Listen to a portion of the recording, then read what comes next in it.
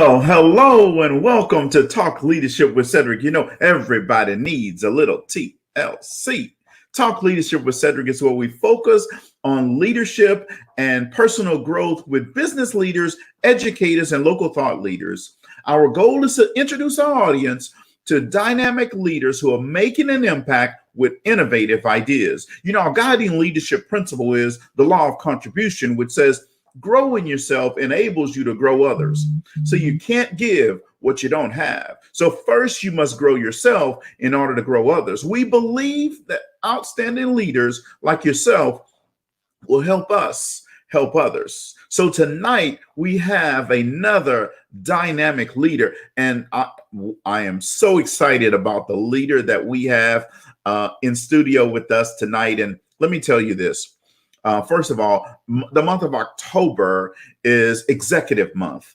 And every Monday this month and most Tuesday of this month, we will be featuring an executive level leader. And tonight, I have another dynamic leader with us. And I'm going to introduce you to him. I'm going to read his bio, and then you'll see here we'll have a great conversation. Paul Martinelli is our guest for tonight to kick off Executive Month. What a great guest to kick the month off right? Paul Martinelli is internationally acclaimed speaker, trainer, mentor, and coach who truly believes that if you dream it, you can do it. See, while many people know Paul as a founding president and current lead faculty member of the John Maxwell team, what they may not know is that he is a high school dropout who overcame stuttering disability to share the stage with some of the biggest names in leadership and personal development. Let me give you some of those names: John Maxwell, Seth Godin, Jack Canfield, Wayne Dyer, Brian Tracy, Dennis Whaley, Zig Ziglar, Les Brown, Nick Voltachek, and Mark Victor Hansen. See, Paul was raised by a single mother in a Pittsburgh lower class family. He's also a Pittsburgh Steelers fan. All right. In the late 1980s, with just $200 and a used vacuum cleaner and a dream, he founded a small commercial cleaning company in South Florida. He combined smart sales tactics with personal development teaching and propelled his business to unbelievable heights. And you're going to have to sit here and hear his story. It is dynamic, right? Just 15 years later, he sold his commercial cleaning company to pursue his passion and purpose of teaching people how to achieve success in their own lives. His awareness and his ability to apply the success strategies and principles that he has learned and taught to millions of people led Paul's success in life and in business, including building 5 multi-million-dollar companies. Now, let me say that again, including building 5 multi-million-dollar companies. This is from a high school dropout, folks. He now leads the Empowered Living community, a global platform of more than 2 million followers, providing personal and professional development training and education to help individuals and businesses build and grow beyond their current results. Paul Martinelli may not have a wall of diplomas, but you can't argue with his PhD in results. See, having worked his way up from Mount Bucket to multimillionaire, Paul has practiced and proven that he practices what he preaches. And folks, let me tell you, tonight you're going to be blessed by my interview with Mr. Paul Martinelli. So we are here with Paul Martinelli. Thank you very much for joining me today. I'm excited today. Man, thank you, Cedrick. Anytime I get to spend with you and this community, I'm stoked. So thank you. Awesome. Well, you know, Paul, what I want to do is, a lot of people know you and a lot of people hear you teach and speak in different places. But what I want to do is take a little bit different perspective, and you're going to give us some nuggets, I know, in your answers, but I really just want to introduce the audience, let the audience get to know the man behind Paul Martinelli, right? So we're looking for dirt, Cedrick. Come on. We're looking for dirt, Cedrick. So tell our audience a little bit about your leadership journey, and how did you really get to where you are today? You know, I never realized that I was on a leadership journey until I reached a fairly high level of leadership. I never looked at it as leadership. Part of my leadership journey was, frankly, survival, Cedric. It really was. I needed, in order to lead, in order to survive kind of my childhood. I grew up in an abusive family, really kind of violent home. And so I was emotionally abused, physically abused, verbally abused, and we grew up poor. And if anything was going to change in my life, it was going to require that I took the lead. Now, I didn't call that or define that as leadership, but from the earliest ages, I realized now, looking back, right, hindsight is 20/20. I would be the kid that would organize 4 or 5 other kids in the neighborhood to go shovel snow. And since none of them had, the willingness or desire to go knock on doors, I was the sales guy, and I think that's really where I developed sales skills. Right? We lived on a hill, and in Pittsburgh, Pennsylvania, and that hill was a gold mine for me. Right? People would get stuck halfway up the hill in the wintertime, and again, I would organize kids. We would kind of line up on the hill and just wait. There'd be a car coming, and we knew. We knew what the driver didn't know. Once they committed to the hill, they were going to have to commit to us to get either up or down. And then I joined the Guardian Angels, and I think that was a really pivotal point in my life. I was about 14 years old. I was at a karate school, and a group of Guardian Angels from New York City. It's a civilian unarmed safety patrol known with their signature red berets, and they would ride the subway systems in New York City, and then they began to expand throughout the Northeast and Midwest of the United States, and they came into Pittsburgh, into the city, and I joined them, and I started just out as a member, and then because I was so passionate about what the movement was and what they were doing, I saw leadership voids and gaps. And again, I didn't define it as leadership. I just defined it as it was the next smart thing to do. Somebody needs to step in and organize this and keep this going. But then I had an opportunity to work directly with Curtis Sliwa, the founder of the Guardian Angels out in New York. And that's where real leadership came in. And, you as a leader know, and you and I have both been kind of under the tutelage of the master of leadership, John Maxwell, where John said, the highest degree of leadership is when you can get volunteers, right? And so here we were young inner city youth recruiting other young inner city youth to put on an uncool red beret, right?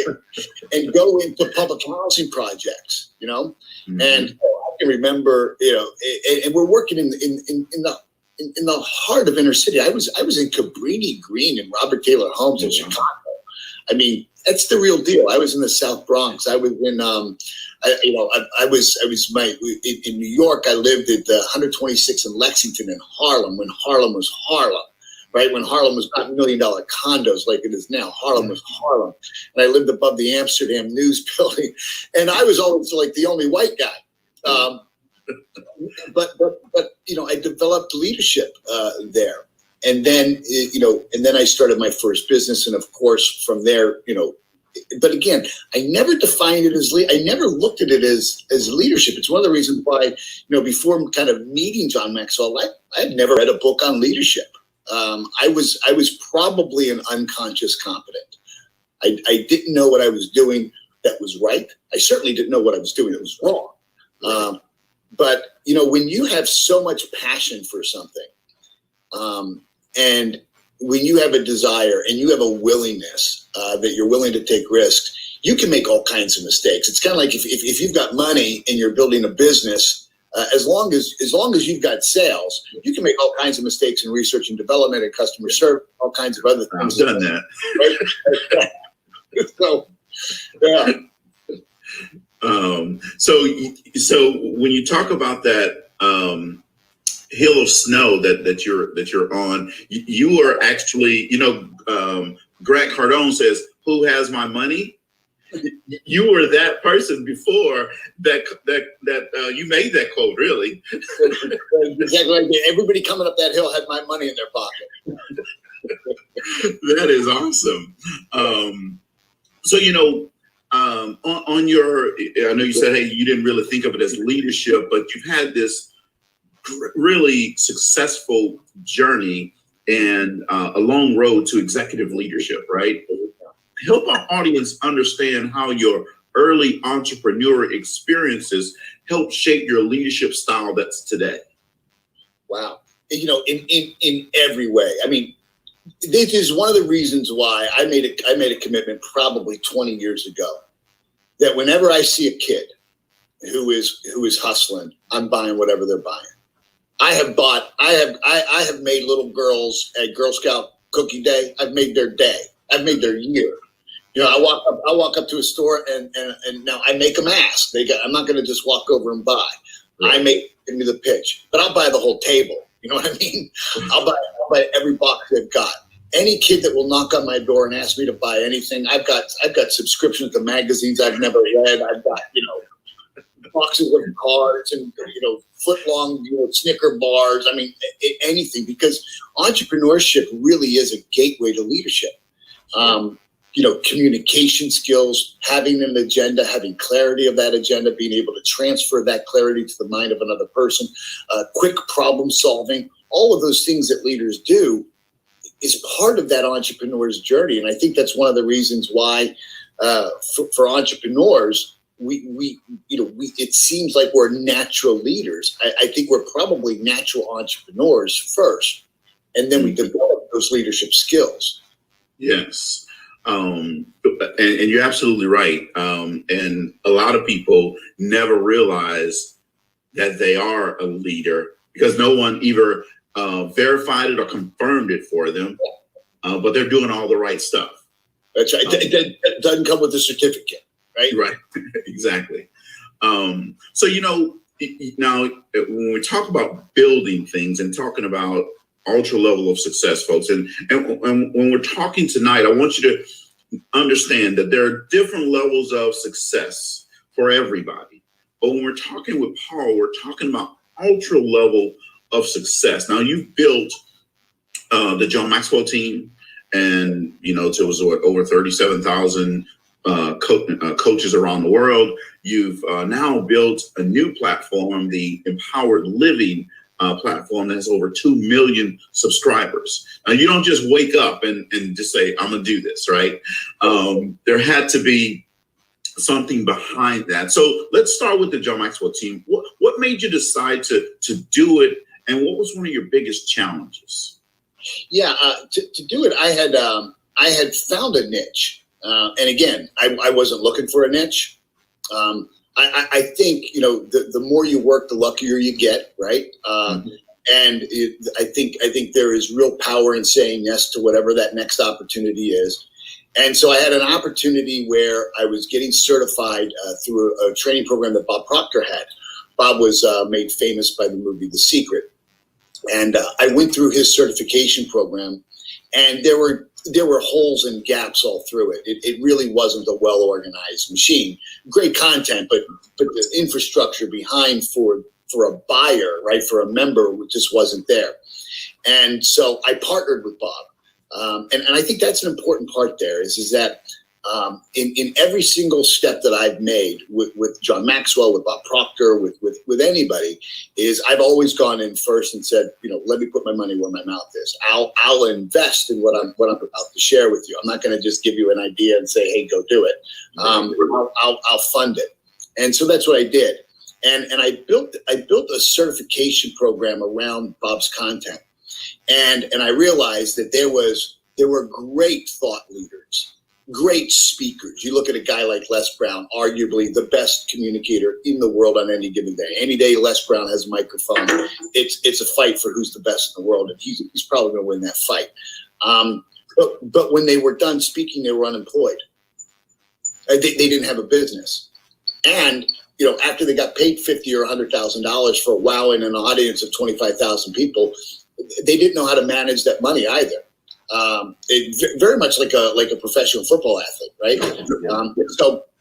So I realized that I had an ability from all of my entrepreneur experience and business experience to be able to put structures underneath those. And so I started working with other thought leaders, other authors, other speakers, other owners of intellectual property, and creating models for them to monetize and create a system of duplication. Because my first official business was in the cleaning business. And when the light went off for me in the cleaning business, the first 3 years, I was always looking to next steal the company, right? I owned a cleaning company, and then I joined Amway. I owned the cleaning company. I joined New Skin. I owned the cleaning company. I was selling Tutco. I owned the cleaning company. I was always looking for something else because I just thought there's no money in cleaning toilets. And then it dawned on me that there is duplication here. When I sell a doctor's office to cleaning one time, and I put a team in there, that's just reoccurring revenue forever. As long as we don't screw it up, they're not looking to change the cleaning company. It's painful to do the cleaning company. Yeah, they're having meetings saying, let's go out and look for new cleaning companies. Not at all. No, it's a pain in the butt. Right. You have to really screw up to get fired, because for most of them, it's better the devil they know than the devil they don't, Right. Heck, half of it is if you don't steal from them, you're better than most of them, right? And but I realized, hold it, I could. This was duplication. It was like if I could own vending machines, how many vending machines? If you could own paid telephones 45 years ago, how many paid telephone routes do you want? And I realized, oh my goodness, and so when I sold the business, I had 150 buildings we cleaned every day, 100 full-time employees and a part-time staff of about 50. And so I realized that there was power in duplication. So I would approach an intellectual property owner and say, look, we can build an army of people to take your stuff. You can only speak 365 days a year. But what if we had 1,000 people speaking every day, right? And so when I sat across from, by the time I met John Maxwell, I had built this model over about 4 years. And I had probably generated close to $100 million in revenue through those different streams. So the model was proven. But I had never landed a big fish. John was my first kind of big fish. Here's a guy who was relevant, who had name recognition, who had already had an established, business at some level, who was recognized as an authority figure. Social media had now really taken hold, and he had 103,000 followers on Facebook. And so I knew what my model could do. And unlike everybody else who had approached him, I said to him the magic words: I'll fund it. Everybody else went to John and said, hey, you should have a coaching program and I should run it for you. You put up all the money, you take all the risk. So I said, John, here's what I'm going to do. I'm going to build this model for you. It's going to take $400,000 to build the website, to find the faculty, to create all the collateral material and all the resources, and to get us to launch. I'll fund that out. I'll be first dollar out. I'll get my money back. So if it doesn't work, I lose. If it worked, at least I get to zero. And so when we launched the team, I was, secretly just praying, can 150 people buy it? I just need 150, because then I get to zero, right? Right. And then right before the launch, John sat down and said, hey, look, everything looks great, but here's the deal, is if one person buys, I'm committed for 12 days a year. I have to work 12 days a year. I have to go to the 2 IMCs, and I got to do other stuff. My rate's $100,000 a day. You've got to guarantee me personally $1 million.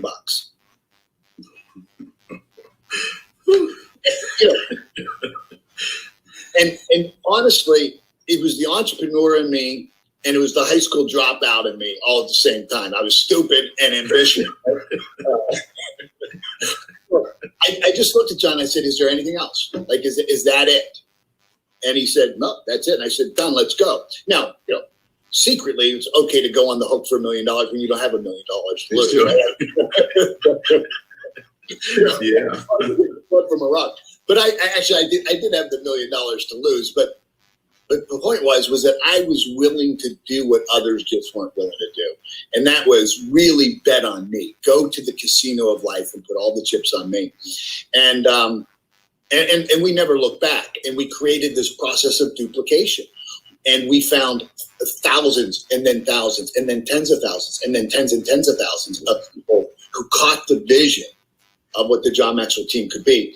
And the biggest challenge is that when I sat down with John, I had lunch with John, and John got it. John got it right at that first meeting. After that, he had me have to do a pro forma meeting, right, where I had to give him the numbers and show the structure. And at that meeting, I'm thinking I'm going to meet with John again. No. In comes Margaret, his wife, Mark Cole, his CEO for 10 years, David Hoyt, his speaker's agent, Charlie Wetzel, his writer, Stephanie Wetzel, his social media director, Stephen Maxwell, who is his son-in-law, not Steve Maxwell. I forget Stephen's last name, but so his son-in-law Steve is there, and Linda Eggers, his executive assistant. And at the end of this 2-hour pitch, it was like I was the gladiator in the theater in Rome, right? At the Colosseum, everybody's thumb goes down, except for John. Oh wow! And so John is saying yes, I'm saying yes, and we're building this in the resistance of everybody's thumb down. That was probably the hardest part. It took me probably the better part of 5 years. 5 years. So we had launched and had thousands of members, and still, at best, I was getting this. Yes. Right? And resistance energy is tough, man. Yeah. It's tough. Yeah. And that part right there, wait. So how do you see, there are going to be some entrepreneurs that are out there, right? And it's going to be a $5,000 contract that they're working on. And they're going to get one person in the room that does this and everybody else is going to do this. How did you in that moment, or even the days after that, say, keep your calm and say, I know that this is going to work and I'm confident that it's going to work, and not give up? Yeah. I read an article years ago. I live in Palm Beach, Florida.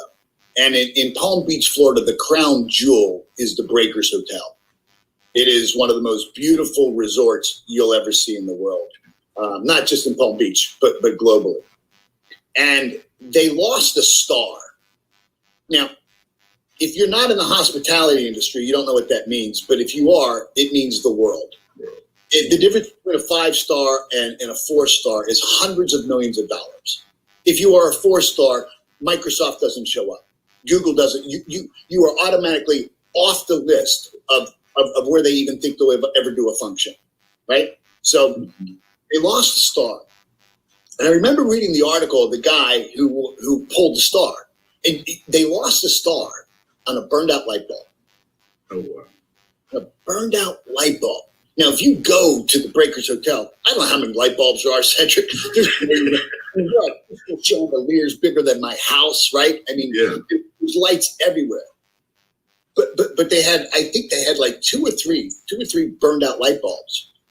And so they were interviewing him, and they said, what's the difference between a 5-star and a 4-star? He said, well, here's what happens. You pull up to a resort. A uniformed bellman in whites with gloves, the whole thing's. You pull up, they open every door, they open up your truck, they take everything out, they get your name, they're radioing your name to the desk. A concierge comes out, meets you, escorts you and your spouse in. All of your luggage is brought in. You get to the front desk, they already have you checked in. They hand you, it's their pleasure. They don't ever say thank you. It's their pleasure. They give you the ticket. A concierge takes you up to your room. Your luggage is there. They take you into the room. They show you all the amenities of the room. They unpack your stuff. They put it all away. They give you a linen business card, linen paper, raised ink, all the things. If you need anything, you press the button and we're there. And so you're in your room. You and your wife or you and your spouse are going to go to dinner. And as you get dressed, you realize that your shirt has a wrinkle. You press the button, and the concierge there in 1 second takes the shirt, presses the shirt, brings it back. You're done. That's level 4. That's a 4-star experience. You think, hold Yeah. Exactly. They give me money. 5-star, get this. 5-star is that when they're unpacking your shirt, they notice the wrinkle. Wow. They anticipate your needs. So what I did is I looked at, okay, everybody else is a thumbs down. Why? What is driving their resistance? And what can I do to anticipate their expectation of my failure? Like, where are they expecting me to drop the ball to confirm their opinion of me? And then I would intentionally create scenarios that I didn't necessarily need to do to build the business. Sure. To create a win, to overcome that perceived failure point. Yes. It took 5 years, Cedrick. And you were in many of those events. I mean, there was nothing wrong with those events. And right. So if you were one of those naysayers with your thumb down, if you were Mark Cole or David Hoyt or Linda Eggers or one of the other people with your thumb down, by the second or third event where there's 7 or 8, 10,000 people and the event's going well and the P&L represents that, you would think by then, but still no. And that's the challenge of resentment energy. And this is something I think that everyone in your audience, everybody in the world needs to understand, is sales at its highest level is the transference of emotion, the primary emotion being certainty. And when you establish certainty in the mind of the buyer, that puts the person in a channel of rapport. You can never break rapport. Right. You are never done selling. You're never done selling. The sale never ends. Right. As a matter of fact, when the contract is inked, the sale begins. Yes. Because you tell me this, if I sign the contract, can I still lose it? Yes. Well, then it's not a done deal, is it? No. It was not a done deal.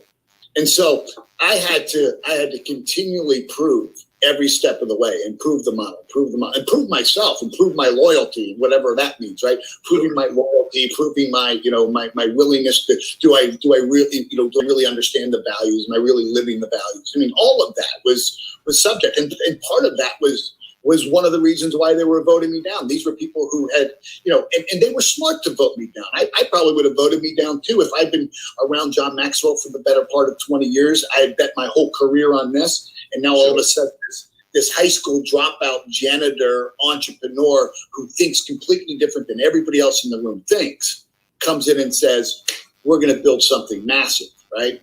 Right. Yeah.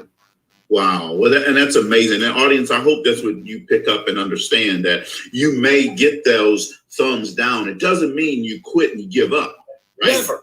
Never means people need more information. Not it's over. That's so right. Look, a no, and the objections that support it are nothing but smoke screens for uncertainty. Right. When they don't have the time, when they don't have enough information, when they need to think about it, when they need to confer, when they need to go to the board, when they don't have the resources, all of that is just a smoke screen for this sentence. We're just not certain yet. Right. That's and so if it really is, I'm going to tell you what, that's $1 million idea. Right. That right there is $1 million idea. Absolutely. So I'm going to be setting up my thing so you guys can go ahead and pay for that right now. All right. Right on. So the John Maxwell team is going great. You're continuing to grow and build. And then you said, I need something else, empowered living. Yeah. What was the pivotal moment that made you decide, I need to build something else? I need to do something else.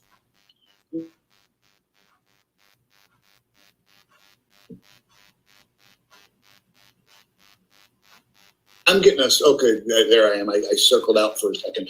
But I always had a channel for my own expression. No matter who I was working with, I always made sure that in my contract, I still had the right to be able to create my own content. And it's interesting because, and maybe this is my own ego saying this, but when people would join the John Maxwell team, if I heard this once, I heard this 10,000 times. I joined for John, I stayed for you. I joined for John, I stayed for you. In that I wasn't teaching leadership. I was teaching mindset. I was teaching entrepreneurialism. And although people joined on the name of John Maxwell and the reputation of John Maxwell and the content of John Maxwell and the leadership content, once they got that, they realized they needed something more because they met the true enemy, and the enemy is within.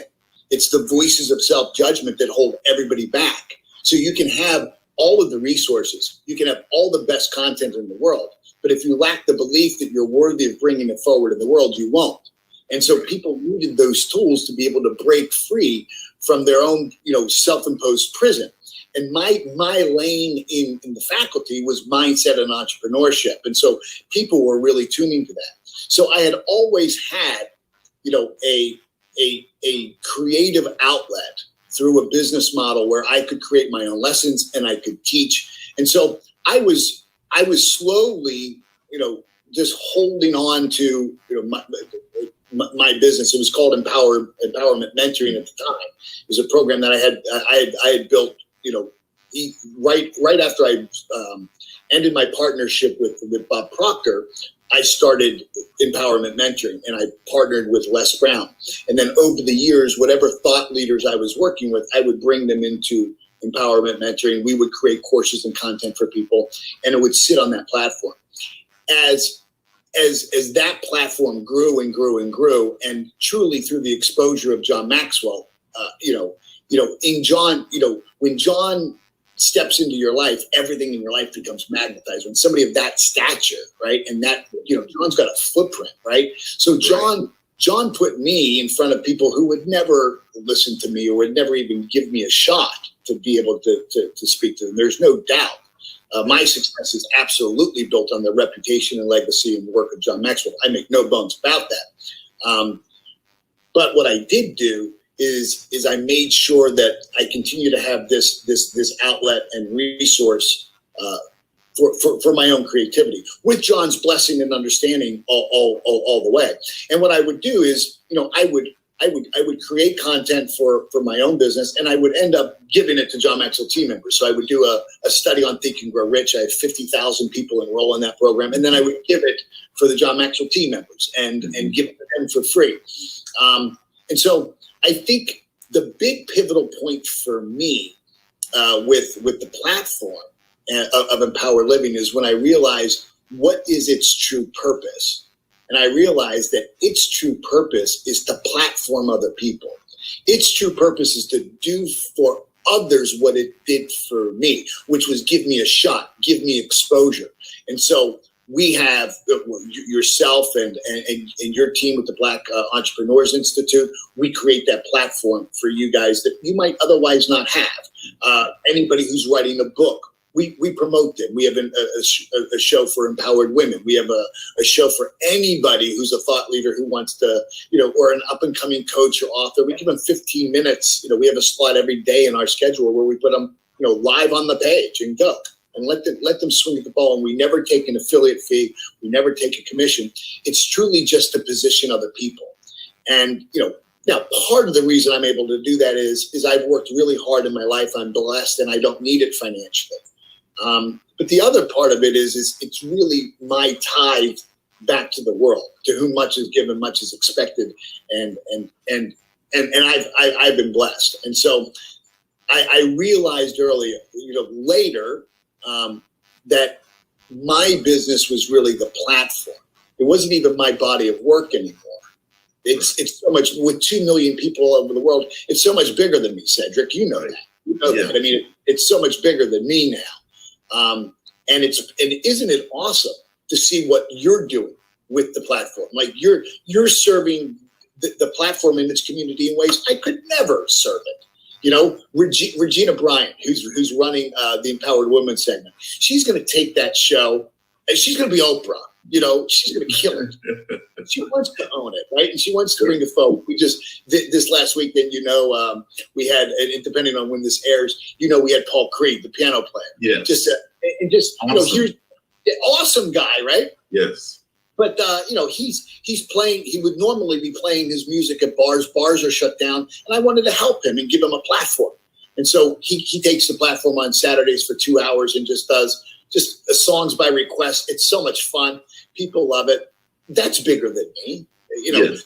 How about Dash Upward with Michonne and what they're doing with youth? Yes. Daily reading for young kids, a morning show for kids. And then even with my own staff, we have a young woman who works for us, Kiona, and it's given her a position to be able to kind of do a daily show. So it's really cool. Yeah. Yeah, actually, I always listen to Kiona in the morning. I love her updates that she does. Yeah. I think the first time I listened to it was purely by accident, and I clicked on it and I listened to it. I like her voice. Yeah. But that's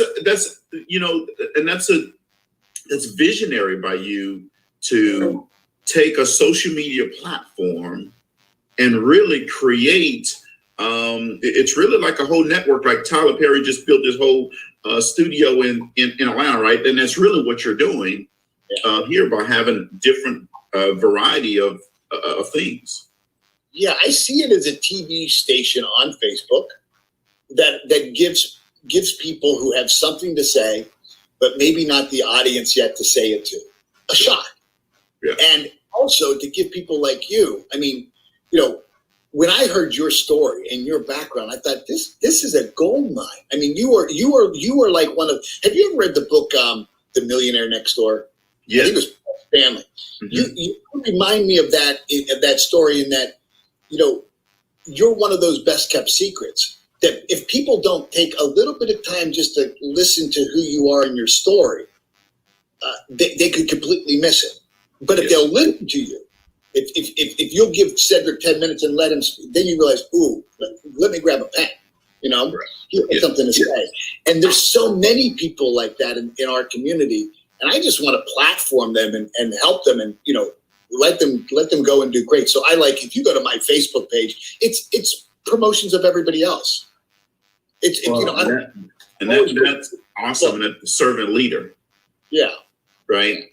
And personally, I thank you for giving me a platform, giving the Black entrepreneur a platform to come on and because we'd have an audience, but not that big of an audience, right? So it's definitely benefited us and our community. Yeah, so many people. Absolutely.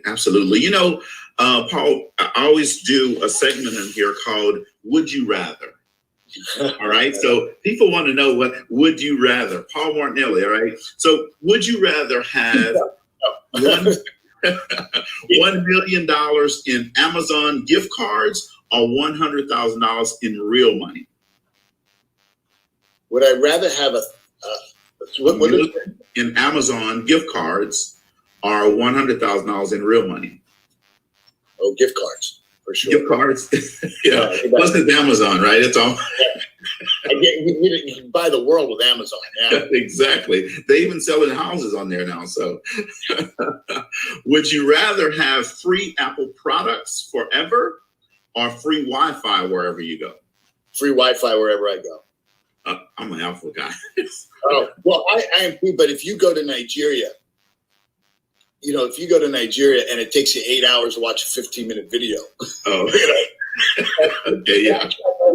I travel all over the world. If you go to places, if you're in small villages in Romania, having access to the internet is having the world in your hand. I could buy an Apple product, but I can't bring that world into my hand without Wi-Fi. Yeah. Sure, absolutely. Last one. Would you rather be a ninja or would you rather be a pirate? I think a ninja. Yeah. I think a ninja. I think ninjas, for the most part, ninjas are serving a cause other than their own agenda, right? See, I always think the ninja of throwing that star and get you. That's Cedrick, right? And I studied martial arts for years, so I'm a big Bruce Lee guy. So the ninja would always, yeah. Awesome. So you're a Pittsburgh guy, and you're raised in Pittsburgh. I'm a diehard Steelers fan, and so I have to ask first: are you a Steelers fan? Oh yeah, absolutely. And I'm now I don't. My hobby is the stock market. So I don't watch lots of sports, but I am. Where I grew up, if you don't like the Penguins, the Pirates, or the Steelers, you get beat up, right? So. So yes, but I'm a Terry Bradshaw. That's I'm right. a Terry Bradshaw Steeler fan. I'm a Lynn Swan, John Stahl, Mel Blunt, Donnie Shell, Franco Harris, Mean Joe Green, right? Jack Ham. Yeah. I am too. So my first, I grew up in Louisiana, but first football game, NFL game I saw was Dallas Cowboys versus the Steelers. I was in 7th grade. And the Steelers won. And, with all children, we're going to go with the winner. So I've been a Steelers fan since then. Wow. And those were the years to watch football, weren't they? Oh, absolutely. Yeah. Absolutely. So what I was going to ask around that is, do you have a favorite, a memorable moment from back in the day with the Steelers? There's several. After the football game, every Sunday, the real game took place at 430 Coolidge Avenue on that street. All the kids would come out and we would replay the game, right? So there's fond memories of that for sure. I was an altar boy, and it was always funny to hear, Father Wilt, who was our congregation's, the priest. Boy, on football Sundays, the eulogy, got real quick. It got real short, right? We all got. Father Wilt was in and out of church in Pittsburgh. It was so funny because if they didn't, people would leave. That was it, right? Sure. But when my grandfather died, and we were coming home from the hospital, we pulled into a small convenience store. And I walk into the store, and John Stallworth was there. Wow. So there was Lynn Swan and John Stallworth, and arguably Swan was better in public and was a better, talker and more gregarious. But John Stallworth was, you talk about talented. Yeah. And I was probably in 7th grade. So what are you, 14 or 15 years old? Right. And it was just a healing moment. I just, I'm heartbroken because I just lost my grandfather. And then here is John Stallworth, and like one of your heroes. And I remember, he signed something for me, and he shook my hand, and his hand came up to my forearm. I'd never realized, you realize how big a professional athlete is until you're up to them. And, and even though I was a young kid still, it's gigantic. And that was probably a moment for me. But I can remember, Super Bowl when we would win, everybody in our neighborhood banging pots and pans. And it was good to be, Pittsburgh was a great city to be raised in, right? It was, that really, because, if you look at what happened to Pittsburgh in the 70s with the collapse of U.S. Steel and literally towns being destroyed overnight. Just ghost towns overnight. All of those towns on the river gone. It had it not been for football, and I think that's why it's so important now that we get back to sports with what's going on with COVID-19. It can really be something that unifies the country again. There's so much divisiveness in the country. I hope that sports moving forward will really keep the politics of things out of it and really just be a uniting force. Yes, absolutely. I agree with you 100%. Paul, from a diversity and inclusion standpoint, I know that the Empower Living, you recently launched the Another Seat at the Table program, which is an awesome program. And so you've been a leader in this area. Why is that so important to you? I think because I've been gifted with this platform and gifted with an audience, I can't self-select out. I can't be in the position I'm in and saying, hey, well, don't look at me as a role model. It's kind of like when a sports person says, I'm nobody's hero. Yeah, you are. That's part of the job. It just is. So do it and do it right. And so I know how I lead and the decisions I make matter. I know people are watching. And so I was very intentional about that. Also, it truly is my heart. When I was in the Guardian Angels that I mentioned before, I was the oddball out. I was one of the very few, Caucasian people. Most of our members were Black or Puerto Rican kids from the inner city, and so I saw the inequality that they faced. Right now, I didn't know it at that time, but I saw that wow.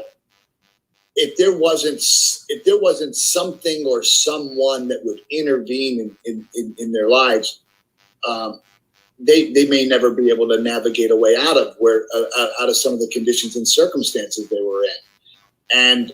And although I wasn't a minority, I was poor, right? And I was uneducated, and so I faced some of those same hurdles, right? And I came from a broken home, so I knew what it was like to not be accepted at the country club. I wasn't accepted I wasn't accepted and invited to kids' birthday parties where I grew up because I didn't have a dad, and we were a broken family. And back then a divorcee was, meant something, Sure. So, and so I know what it's like to have that. And so it's part of my heart. And so when I built the John Maxwell team, I was intentionally looking for people who could really shine and who could make a difference. Gina Watts was one who, Gina Jones Watts, Deborah Tillman, right? And if you look at how I positioned people, in that organization, I was looking for women. I was looking for minorities to give them. I brought on the first African American faculty member. And then immediately stepped out of role of the president of faculty and put Chris Robinson as the president of faculty. And that was a really intentional decision to make a statement. I did one of our very first IMC events that spoke into this was kind of unity through diversity. It was a whole themed event. Long before George Floyd and all the other, the tragedies that we had in our nation, I knew that's, as we were building the John Maxwell team, we needed to have that diversification. If you're going to build something sustainable, I began to fight against tolerance, because what I was hearing was everybody was saying, we got to be tolerant. We got to be tolerant. I don't know about you, Cedrick, but I don't want to be tolerated wherever I go. Right, exactly. I want to be accepted. I want to be accepted. And so we got to go beyond tolerance. And so it's been an important part of how I build teams. Well, that's awesome. And it's an important message. It's an important cause, because if you're not intentional about it, then what you'll end up finding is, and no matter who you are, it can be a Black woman, Puerto Rican, whoever. If you're not intentional about it, you'll find yourself surrounded with everybody that looks like you, right? Simply because it's convenient. Sure. I mean, truly, it's for a lot of people, it is just a matter of convenience. It's what's in your field of awareness, and so. Yeah. If you're truly a leader, you've got to break the convenience. You're going to say, hold on, I've got to look beyond what I can see here. I got to step up so I can get a different perspective and look out to what I might not have in my field of vision. Because you're right. I mean, you are surrounded by your neighborhood, the people who go to your church, the people who go to your activities, and that's all you see. And then you believe that's all there is. Right. and it's not. And so, I always operate from, I don't want to, I don't want to be right. I want to get it right. Right. And the best idea wins. And I'm convinced I'm not going to get it right alone. And I'm convinced that I'm not going to have the best ideas. And so I want, ideas are options, and I want every option when I'm making a decision.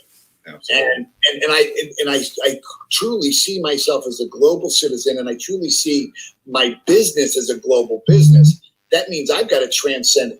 I got to transcend into every culture. I've got to be able to interact in every culture. I've got to be able to understand the needs of everyone, and that needs to be represented on my team at the highest level. Yes, absolutely. Oh, well, that's awesome. Again, thank you very much for thinking into that and being very intentional about that. So what's been your happiest moment to date since you started the Empowered Living community? Wow, my happiest moment. Besides today, that's different. Yeah.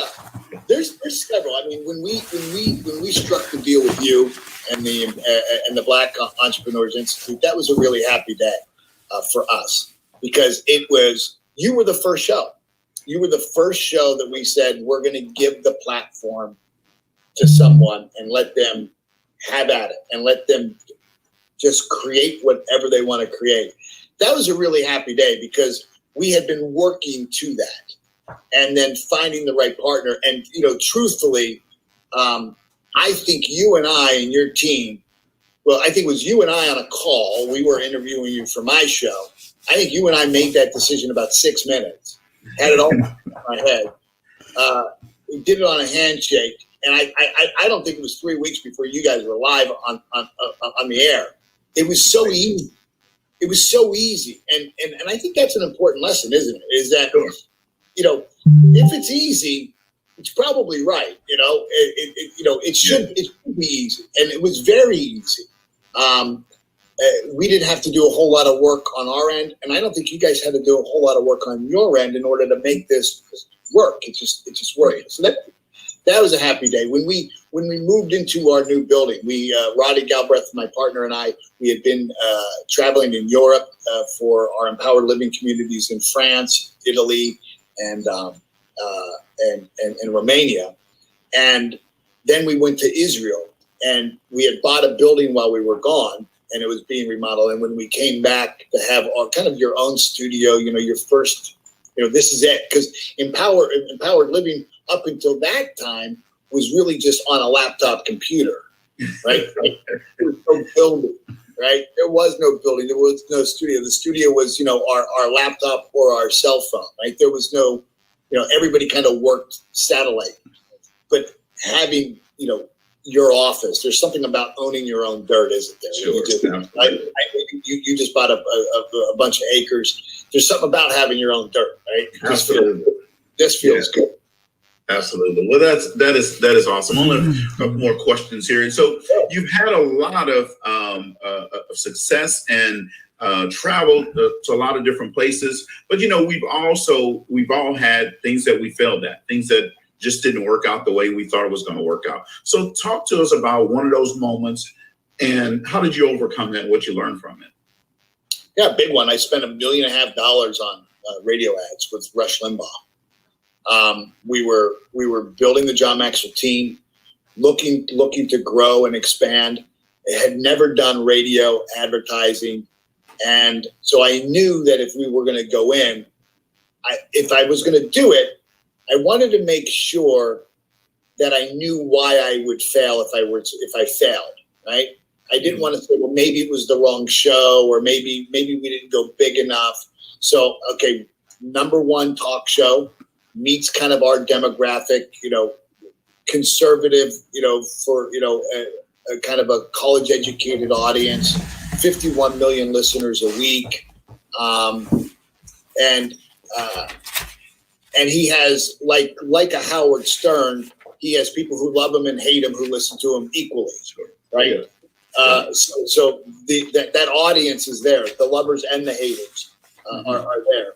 And both who love and hate him are also, would join John Maxwell team because it's so diverse, right? You know that being in the group, there are people who are left and there are people who are right, right? All the way down the line. And so, and I knew that we needed also to have his voice. So we paid the additional money to have him actually, do the commercial in the middle of his show. So, from radio that you can have an ad that's separate so they take a break, or there's times where the host is already in their monologue and then they add in whatever, product they're pitching. And so we did that. And I mean, I made sure I ticked every single box. I mean, we had a private meeting with John Maxwell and Rush Limbaugh and myself, made sure that Rush saw the vision, and $1.5 million, and it didn't work. We generated about $500,000 worth of revenue, so $1 million loss over 12 weeks. I would do it. I would do it again, and I think the mistake I made was that I thought I was buying advertising. And I thought what I was doing was I was advertising for people to buy the program. Had I known what the true value could have been, there were sources of value that I didn't know, and therefore I didn't leverage. Here's one of them.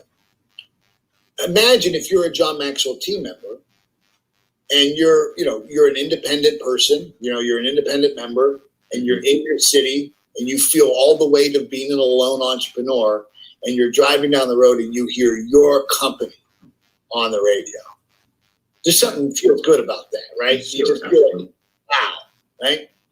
Had I known that, I'd have leveraged that aspect of it more, and I would have squeezed more value out of it by highlighting that in the members' awareness so that they could have seen the value. Another is that imagine if you were another thought leader who was trying to build a certification company and you heard this on the #1 show with the #1 guy. It could be a little bit demoralizing for you to think, oh my goodness, sure, I thought I was just competing with these guys on Facebook ads. Now, if I really want to compete with them, I got to step up to this level. And that was part of what I was thinking, was that I want to make sure that, it was kind of like, Jeff Bezos, Steve Jobs, Bill Gates, their biggest fear was always the 14-year-old kid in the garage, right? Right. Yeah, exactly. As I was building the John Maxwell team, instantly there were the copycatters, right? Everybody came out with the certification program. Most of them failed. But I wanted to have that platform be that campaign be big enough that it would send that message. I didn't realize how powerful it really was. And had I known that, I might have leveraged it a little bit more to introduce the pain of disconnect.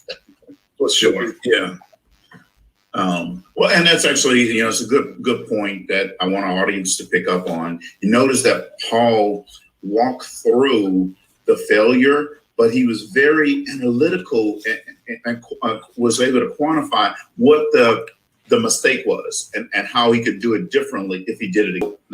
I forgot who says it, but they said follow effective action by quiet reflection and then more effective action. That's an example of it, folks.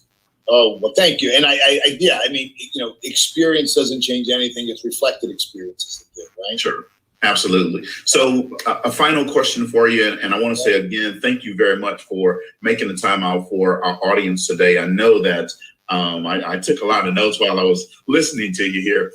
But if people wanted to stay in contact with you or follow you, getting in contact with you, how would they do that? They can email me, paul@paulmartinelli.net. It is .net. .com goes to a real estate agent in Canada. And I always say when you start to put it in, sometimes it autofills to .com. So make sure it's .net, or jump on the Empowered Living platform on Facebook. And there's two of them you'll see. One is kind of a private group. One is 2 million people. If you join the 2 million, you're part of the bigger community. If you choose the one that has, I think it's got 30 or 40,000 members, it's kind of like the group of people that are going through programs and things like that. Awesome. Well, any last messages you want to give our audience before we end? Yeah, if you're still watching, chances are you're trying to learn something for something. You have a dream. And shows like this are purposed. These are shows like Cedrick is doing right now, programs that he brings to